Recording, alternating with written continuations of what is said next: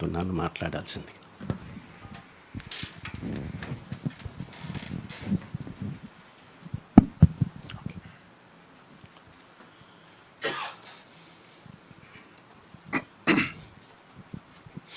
Media మిత్రులకు, పెద్దలు K Srinivasa Reddy గారికి, మిత్రుడు రాహత్ గారికి, సహచర మంత్రివర్యులు జూపల్లి కృష్ణారావు గారికి, ఇక్కడికి వచ్చిన పాత్రికేయ మిత్రులందరికీ కూడా 100 రోజులు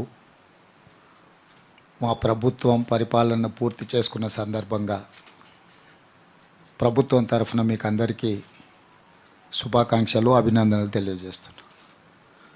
ఎందుకు మీకు అందరికీ శుభాకాంక్షలు, అభినందనలు తెలియజేస్తున్నా అంటే, ఈ 100 రోజుల పరిపాలనలో మీ అందరి సహకారం, మీ సలహాలు సూచనలతో ఒక మంచి ప్రభుత్వాన్ని, మంచి పరిపాలన అందించినమని 100% మా సహచర మంత్రులు, శాసనసభ్యులు, పౌర సమాజం భావిస్తున్నది. ప్రజలు ప్రధానంగా ఇలా భావించడానికి మీడియా మిత్రుల సహకారం ఎంతో అవసరం. మీరు బాధ్యతగా ఆ బరువును, బాధ్యతను నిర్వహించినందుకు మీకు అందరికీ మరొకసారి శుభాకాంక్ష. మిత్రులారా, సెప్టెంబర్ 17, 1948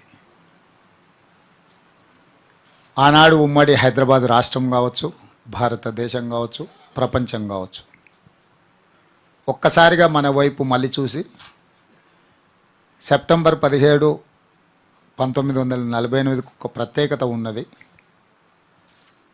ప్రపంచంలో ఎక్కడ అణిచివేత, ఎక్కడ ఆధిపత్యం ఉంటుందో వాళ్ళకు ఒక స్ఫూర్తినిచ్చే విధంగా సాయుధ రైతాంగ పోరాటాన్ని నిర్మించి 7 తరాలు తన ఆధిపత్యాన్ని, తన రాచరికాన్ని మన మీద రుద్ది, మన మీద పెత్తనం చేసి, మనల్ని అదిమిపెట్టి మన మీద అజమాయిషీ చేయాలని స్వేచ్ఛాయుత వాతావరణం లేని రాచరిక పరిపాలనకు ఆ రోజు విముక్తి కలిగింది. ఎందుకు ఆ రోజును మళ్ళీ ఈరోజు గుర్తు చేస్తున్నా అంటే, డిసెంబర్ 3, 2023 కూడా అంతే ప్రత్యేకత ఉన్నది. సెప్టెంబర్ 17, 1948కి ఎంత ప్రత్యేకత ఉందో, తెలంగాణ రాష్ట్రంలో డిసెంబర్ 3, 2023 కూడా అంతే ప్రత్యేకత, ప్రాధాన్యత. ప్రపంచమంతా ఇటువైపు అబ్బురపడే విధంగా ప్రజలిచ్చిన తీర్పు ఆ రోజు వచ్చింది. అందుకే అంత ప్రాధాన్యత ఉంది. ఈ పోలిక, ఈ ప్రస్తావన అనాలోచితంగానో, లోతుగా విశ్లేషించకుండానో, అవగాహన రాహిత్యంతో నేను మాట్లాడడం లేదు.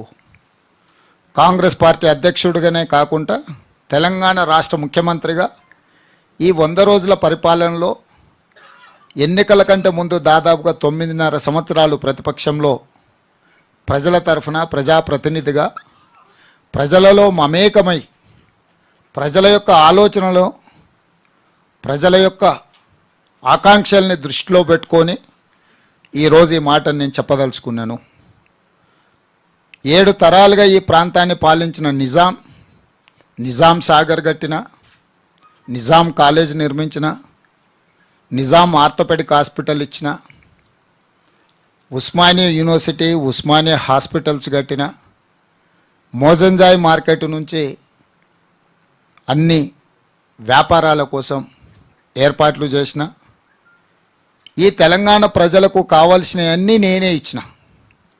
సంక్షేమం కావచ్చు, అభివృద్ధి కావచ్చు, సాగునీటి ప్రాజెక్టులు కావచ్చు, ఏవైనా నేను చేసిన కాబట్టి వారసత్వంగా మీరు బానిసలుగా ఉండాలి, వెట్టి చాకిరి చెయ్యాలి.